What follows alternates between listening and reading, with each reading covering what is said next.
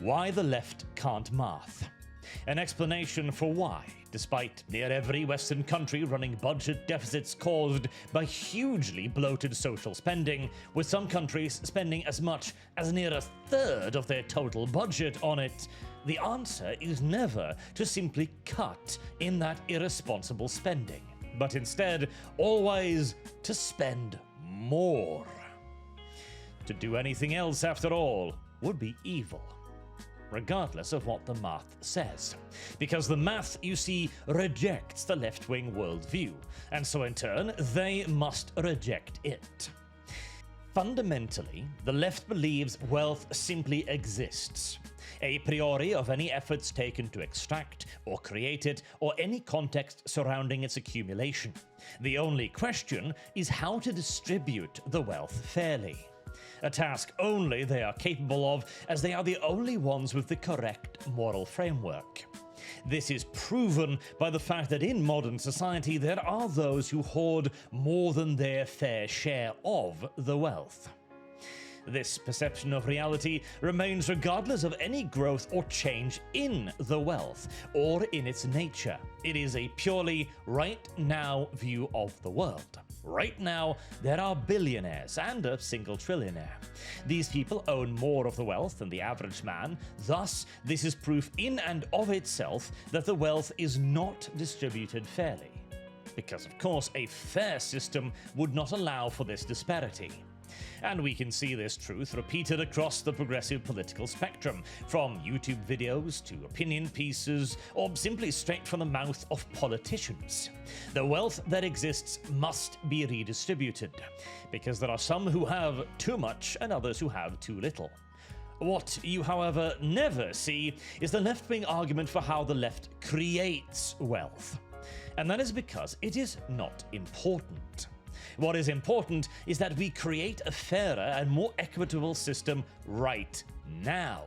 Creating wealth takes time, it requires investment, and it requires a great deal of cleverness and brains. We don't have time for all of that because housing is a human right now. Healthcare is a human right. Food is a human right. And to deliver all of these intrinsic, natural rights to people, we are going to need money now. And it's going to be more money than we have ever spent on any other human pursuit in our species' history. Fortunately, the left provides us with a solution to this economic conundrum: how to spend more money than ever without actually creating any. The answer to this, and to any other economic woes for that matter, is simple: eat the rich. A pretty aggressive condemnation, and make no mistake either, it is intended to be taken literally. Which begs the question, how could this be fair then? If fairness is the highest of all virtues, it's not, but we'll get to that in a second, then how can you justify taking from one to give to another? Well, wealth, you see, in the left-wing worldview is near entirely a moral question. First and foremost founded on the idea of social cooperation. This is the belief that society naturally functions better when it is cooperative, and that humans are in turn naturally cooperative creatures.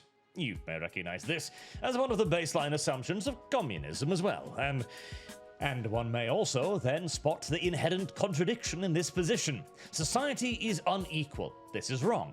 We must create a social structure to enforce and encourage an equal society, which is correct because all humans are naturally inclined towards an equal society.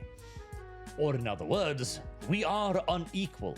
Therefore, we must be made to be equal, by force if necessary, because we are naturally equal, even as we are unequal, and so the circle goes. But the core principle when it comes to the wealth distribution is this: a rich man does not exist in a vacuum. He needs people to purchase his goods, work in his factories, and supply him with raw materials. He also benefits from all the other things society provides: roads, education, legal protection, etc. Therefore, the rich man is only rich because of society, and owes therefore in turn society a debt. He owes it reciprocity, because a society is a joint enterprise, and it is, of course, evil, wrong, and immoral to not pay one's debt. As for why he owes this debt, as one may well argue that he has paid it already via the creation of jobs or the building of infrastructure, etc. Well, we turn to Piketty's R is greater than G dynamic, where R equals the rate of return on capital, how much money the rich man receives from his investments, and G equals the growth rate of the economy, how much the nation/society's economy expands as a whole. Whenever R is greater than G, the rich man's investments grows faster than the economy. Thus, he will own an ever larger piece of the common pie, as his wealth grows faster than that of the nation. So despite the fact that everyone has more, the rich man still has an unfair percentage of the total. The returns on already existing wealth outrun the growth of new economic activity, leading to inequality. And inequality is, of course, the greatest of all sins. An eternally compounding sin as well, as the progressive view of diminishing marginal utility means that $1 to a poor man is worth near infinitely more than to a rich man. Thus, every dollar that goes to the rich man is an ever greater sin, requiring ever greater moral condemnation, up to and including eating the rich. As it is inequality that is the most terrible of sins of all in the progressive moral doctrine. It must therefore be eradicated. But how to morally justify creating a society that specifically targets and takes from one person, the rich, with threats of force and consequence, all to explicitly and artificially benefit another person? It is justified by claiming that it is fair to do so. John Rawlins, in his book A Theory of Justice, presents this idea as the veil of ignorance, where you have an individual that is set to shape a society from the perspective of someone who has no idea what his place in that society would be. This is a variation on the idea of the perfect observer, how someone with absolute neutrality and no other motivation than fairness, because he himself does not wish to be discriminated against in this society, how he would then construct society. He must therefore strive forever to make sure that everybody is treated fairly.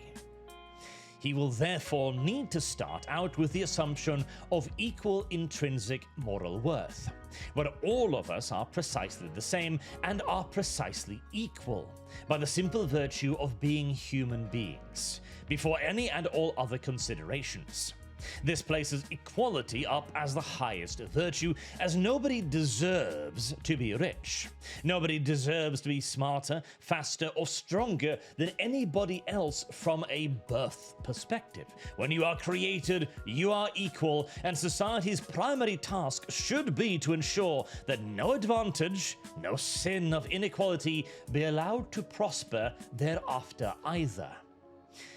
Unfortunately, this mantra falls afoul, if you will forgive the pun, of the oldest cautionary tale in economics.